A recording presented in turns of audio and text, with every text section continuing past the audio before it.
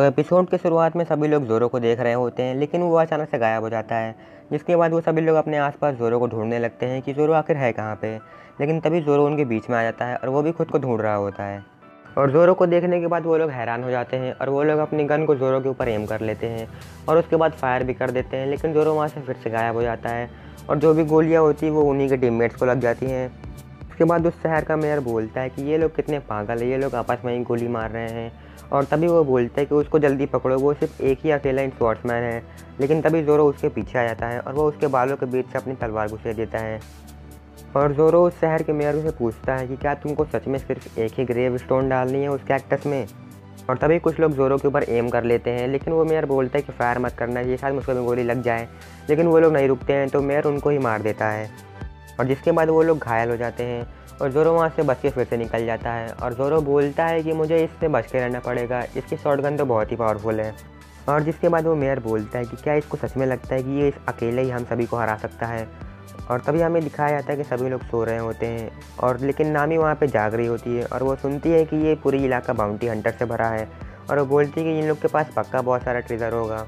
और तभी ज़ोरो बोलता है कि अब टाइम आ गया है जब मैं अपनी नई स्वॉर्ड्स को टेस्ट करूँगा। और वो बोलता है कि मैं पहले अपनी युवा सीरीज से शुरुआत करूँगा। लेकिन तभी उनमें से एक आदमी ज़ोरो को ढूंढ लेता है और वो बोलता है कि आखिरकार मैंने तुमको ढूंढ लिया। और वो ज़ोरो के ऊपर अपना गन फायर कर देता है, लेकिन ज़ोरो अपने पीछे दरवाजे को खोल करके अंदर घुस जाता है। और तभी वहाँ पे और लोग भी आ जाते हैं और वो सभी लोग ज़ोरो के ऊपर फायर करने लगते हैं। लेकिन ज़ोरो वहीं पे एक टेबल के पीछे जाकर छुप जाता है। उसके बाद वो सभी लोग ज़ोरो के ऊपर फायर करने लगते हैं और ज़ोरो उस टेबल के पीछे छुपा हुआ होता है। और वो बोलते हैं कि मैं पहले अपनी उबासेरी को ट्राई करूँगा। और वो अपनी स्वॉर्ड निकालता है और जिससे कि वो उस टेबल को काट देता है। और वो उस टेबल को काटने के बाद वो उन सभी लोगों के ऊपर अटैक करने के लिए जाता है और उनको एक ही झटके में उन सभी को हरा देता है। उन लोगों के चिल्लाने की आवाज़ की वजह से और भी लोग वहाँ पे आ जाते हैं और ज़ोरो उनसे बच के भाग रहा होता है और वो सीढ़ी से ऊपर जा रहा होता है। लेकिन ऊपर और लोग उसका इंतजार कर रहे होते हैं। और तभी मिस मंडे ज़ोरो के ऊपर अपना एक बैरल फेंकती है, जिसको ज़ोरो अपने तलवार से आराम से काट देता है। और वो बोलता है कि तुमने इतना महंगा जूस बर्बाद कर दिया। ज़ोरो ऐसा बोल ही रहा होता है, तभी उसके पीछे एक आदमी आ जाता है जो कि अपने पत्थर के हैमर से ज़ोरो को मारने वाला होता है। लेकिन ज़ोरो अपने स्वॉर्ड से उसको काट देता है। और उसके बाद ज़ोरो देखता है कि उसके स्वॉर्ड ने तो बहुत ही पावरफुल काम किया। और वो बोलता है कि कितेत्सु थ्री तो बहुत ही ज़्यादा शार्प है। और वहीं दूसरी तरफ नामी उनके खजाने को ढूंढ रही होती है और वो देखती है कि इनके पास तो बहुत ही कम खजाना है। और वो बोलती है कि ये टाउन तो बहुत ही अजीब। और वहीं पे कुछ लोग सीढ़ी लगा के ज़ोरो के पास आने की कोशिश कर रहे होते हैं, लेकिन ज़ोरो उनके सीढ़ी पकड़ के उलट देता है। और उसके बाद ज़ोरो वहाँ से दूसरे घर में कूद जाता है। लेकिन उस दूसरे घर में भी बहुत सारे लोग होते हैं और वो ज़ोरो के ऊपर अपने बुलेट से फायर करने वाले होते हैं। लेकिन ज़ोरो हवा में भी अपना अटैक करता है, two sword style hawk wave, जिससे कि वो उन सभी लोगों को मार देता है। और उसके बाद ज़ोरो वहाँ पे खड़ा ही होता है, लेकिन तभी उसके ऊपर वो मिस मंडे आ जाती है और वो ज़ोरो को एक सीढ़ी से मारती है, जिसको ज़ोरो आराम से डॉज कर लेता है। नीचे ज़ोरो नीचे ही होता है, लेकिन तभी मिस मंडे अपने हाथों में उस मेटल के पीस को लगा लेती है। और उसके बाद वो ज़ोरो को उठाती है और बोलती है कि तुम्हारा खेल यहीं पे ख़त्म हुआ। और उसके बाद वो ज़ोरो को हवा में उठाती है और उसके बाद वो ज़ोरो को ज़मीन में पटक देती है और वो अपने उसी पंच से मारती है जिसमें मेटल की इसका पीस लगा हुआ होता है और उसको ज़ोरो के ऊपर मार देती है, जिससे कि जो ज़मीन होता है वो टूट जाता है। उसके बाद वो मेयर बोलता है कि आखिरकार उसका खेल ख़त्म हो गया। लेकिन तभी उन लोगों को कुछ चिल्लाने की आवाज़ आती है और वो देखते हैं कि ज़ोरो ने मिस मंडे को पकड़ के रखा हुआ है अपने हाथों से। और वो अपने हाथों से बहुत ही तेज़ी से उसको दबा रहा होता है और उसको बोल रहा होता है कि आखिर तुम्हारे ताकत का क्या हुआ और अब तुम कुछ क्यों नहीं कर पा रही हो। और वो अब उसको अपने हाथों से ही हरा देता है और उसको ज़मीन में गिरा देता है। और जिसके बाद ज़ोरो उस मेयर को देखने लगता है और वो मेयर बोलता है कि इसने मिस मंडे को अकेले ही हरा दिया। और वो बोलता है कि नेवी ने इतनी बड़ी गलती कैसे कर दी, और वो नेवी को तो इसके ऊपर बाउंटी रखनी थी, लेकिन उसने उस मोटे पायलट के ऊपर क्यों रखा, मुझको ये समझ नहीं आ रहा है। और क्या यही सच में कैप्टन है। और तभी मिस मंडे बोलती है कि लगता है कि अब हमें ही लड़ना पड़ेगा। और मिस्टर नाइन बोलता है कि हमारे ग्रुप में जो भी सबसे ज़्यादा कम नंबर होता है वही जीतता है। और हमारे पास है miss Wednesday, mister 9 and mister 8, हम सभी लोग एक डिजिट वाले हैं और हमें नहीं लगता कि ये हम लोगों को हरा पाएगा। और ज़ोरो वेडनेसडे से बोलता है कि तुम्हारे पास चाहे कोई भी नंबर हो, मुझे उससे कोई फ़र्क नहीं पड़ता है, क्योंकि जो ज़्यादा ताकतवर होता है वही जीतता है।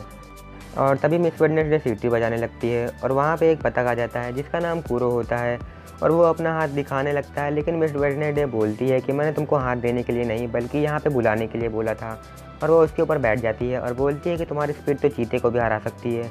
जिसके बाद वो बतख बैठ जाता है और वो बोलती है कि तुमको बैठने के लिए किसने बोला। और ज़ोरो ये सब देख रहा होता है और वो बोलता है कि ये सब क्या पागलपन है। और तभी मिस्टर नाइन बोलता है कि तुम्हें मुझ पर ध्यान देना चाहिए था और अब मैं तुम पे अटैक करने वाला हूँ। और वो अपनी मेटल के बैट डालता है और वो ज़ोरो के ऊपर अटैक करने लगता है, जिसको ज़ोरो अपने स्वॉर्ड से डॉज करने लगता है। और उसके बाद मिस्टर नाइन बोलता है कि मेरे ये बैट मेटल के हैं और कहीं तुम्हारा ब्लेड तो नहीं ख़राब हो गया। जिसके बाद ज़ोरो अपनी किटेत्सु 3 निकालता है। उसके बाद ज़ोरो अपनी एक ही स्वॉर्ड से उसके ऊपर अटैक करने लगता है और वो अटैक करते करते हंस रहा होता है। और मिस्टर नाइन उससे बहुत ही मुश्किल से बच रहा होता है और ज़ोरो उसको आगे की तरफ ढकेल रहा होता है, लेकिन मिस्टर नाइन ये समझ नहीं पाता है और वो बहुत ही मुश्किल से लड़ रहा होता है। और तभी मिस्टर नाइन ज़मीन में गिरने लगता है। मिस्टर नाइन के गिरने के बाद वहाँ पे मिस वेडनेसडे आ जाती है और वो ज़ोरो से बोलती है कि अब तुम तैयार हो जाओ, क्योंकि अब तुम मुझसे लड़ने वाले हो और तुम मुझसे ज़रूर हार जाओगे। और उसके बाद वो अपने दोनों हाथों में परफ्यूम ले लेती है और वो अपने दोनों हाथों को ऊपर करके वो परफ्यूम छोड़ने लगती है और वो डांस करने लगती है। और उस परफ्यूम की स्मेल पूरे इलाके में फैल रही होती है और वो ज़ोरो के पास भी जाती है। और ज़ोरो उस परफ्यूम को जैसे ही सूंघता है वैसे ही वो नीचे गिर जाता है और उसको परेशानी होने लगती है। उसके बाद वो ज़ोरो के पास बढ़ने लगती है अपने एक अटैक करने के लिए और बोल रही होती है कि मैं तुम्हें इस बार ख़त्म कर दूंगी। और उसका बतख बहुत ही तेज़ी से आगे बढ़ रहा होता है, लेकिन उसका बतख ज़ोरो को छोड़ करके उससे आगे बढ़ने लगता है। और मिस वेडनेसडे अपने बतख से बोलती है कि तुम बहुत ही ज़्यादा आगे बढ़ रहे हो, लेकिन वो नहीं रुकता है और वो ज़मीन में जाके गिर जाता है आखिरी में। और ज़ोरो उनको देख के बोलता है और वो बताता है कि ये तो बहुत ही बेवकूफ़ है। और तभी वहाँ पे मेयर आ जाता है और वो ज़ोरो के ऊपर अपना अटैक करता है और ज़ोरो उसको बहुत ही मुश्किल से डॉज करता है और ज़ोरो वहाँ से भाग जाता है। और तभी वो मेयर देखता है कि ज़ोरो ने एक गड्ढे के नीचे घुस करके भाग गया है और वो बोलता है कि वो कब तक बचेगा। और तभी ज़ोरो उस घर से निकल के बाहर भाग जाता है और वो एक दीवार के पीछे जाकर छुपता है और बोलता है कि मैं उसके शॉटगन से कैसे लड़ूँ, मुझे उसके पास में लड़ना पड़ेगा। और तभी मिस्टर नाइन होश में आता है और वो बोलता है कि इस बार मैं तुम्हें नहीं छोड़ूंगा। और वो देखता है कि ज़ोरो उसके सामने ही होता है और तभी वो ज़ोरो के ऊपर अपनी एक चेन फेंक देता है, जो कि ज़ोरो के हाथ में जाती है और वो फंस जाती है। और वो बताता है कि ये लोहे की चेन है और इसको तुम इतनी आसानी से नहीं काट पाओगे। और उसके बाद वो बाकी सभी लोगों को बुला लेता है और तभी वहाँ पे मिस वेडनेसडे आती है, जो कि लूफ़ी को लेके आती है और वो बोलती है कि अगर तुमने हल्का सा भी कुछ किया तो मैं इसको मार डालूंगी। और ज़ोरो लूफ़ी से बोलता है कम से कम अभी तो जाग जाओ। और तभी वहाँ पे मिस्टर रेड आता है और वो बोलता है कि इस बार मैं तुमको नहीं छोड़ूंगा। और वो अपने बालों में कैनन निकाल लेता है और उसके बाद वो उनको फायर भी कर देता है। और ज़ोरो उससे बचने के लिए वो चेन खींचता है, जिससे कि मिस्टर नाइन जो होता है वो हवा में उड़ जाता है और वो उन अटैक के बीच में जाकर लड़ता है, जिससे कि वो अटैक उसके ऊपर हो जाता है। और उसके बाद ज़ोरो उस चैन को खींचता है और उसको लूफ़ी की तरफ भेजता है, जिसकी वजह से मिस्टर नाइन कुरो और वेडनेसडे को लग जाता है और वो लोग वहाँ से साइड में हट जाते हैं और लूफ़ी वहाँ पे अकेला बचता है। और तभी वो मिस्टर एट और तभी ज़ोरो लूफ़ी की तरफ भागता है और वो लूफ़ी से बोलता है कि मुझे अपने पेट का यूज़ करने दो। और वो उसके ऊपर जंप कर देता है और वो एक टायर की तरह यूज़ करता है, जिससे कि वो हवा में आ जाता है और वो मिस्टर रेड के एकदम ही पास आ जाता है और जिससे कि वो उसको काट भी देता है और मिस्टर रेड भी डाउन हो जाता है। और उसके बाद ज़ोरो उस बिल्डिंग के ऊपर जाता है और वो बोलता है कि आखिरकार मैंने उन सभी को हरा दिया। और वो वहाँ पे बैठ के आराम करने लगता है। और तभी हमें दिखाया जाता है कि ज़ोरो से हारने के बाद वो लोग एक जगह पे गिरे हुए होते हैं और तभी वहाँ पे 2 अजीब से लोग आ जाते हैं और मिस्टर एट उनसे बोलता है कि क्या बॉस ने आपको हमारी मदद के लिए भेजा है। और उनमें से एक बताता है कि हम लोग यहाँ पे तुम्हारी मदद के लिए नहीं आए हैं, बल्कि हमें एक स्पेशल मिशन दिया गया है और हम लोग यहाँ पे आए हैं उन लोगों को ख़त्म करने जो कि एक टाउन के वीआईपी हैं, जो कि हमारे कंपनी में ज़बरदस्ती घुस गए हैं। और वो लोग बोलते हैं कि वो जो वीआईपी है वो हमारे कंपनी में बहुत ही टाइम से काम कर रहे हैं और वो लोग सीक्रेटली छुपे हुए हैं और नामी उनकी बातों को सुन रही होती है। भी मिस्टर नाइन बोलता है कि भले मैंने ताज पहना है, लेकिन मैं किसी किंगडम का राजा नहीं हूँ। और उनमें से एक बोलता है कि मुझे खबर मिली है कि वो लोग एक अलाबास्ता किंगडम के लोग हैं जो कि हमारे कंपनी में घुसे हुए हैं। और ये सुन के मिस्टर एट बोलता है कि अब सब कुछ ख़त्म हो चुका है और अब कुछ नहीं हो सकता। और वो उठता है और उनके ऊपर अटैक कर देता है और वो बोलता है कि मैं तुम्हें हमारी प्रिंसेस के ऊपर हाथ भी नहीं लगाने दूंगा।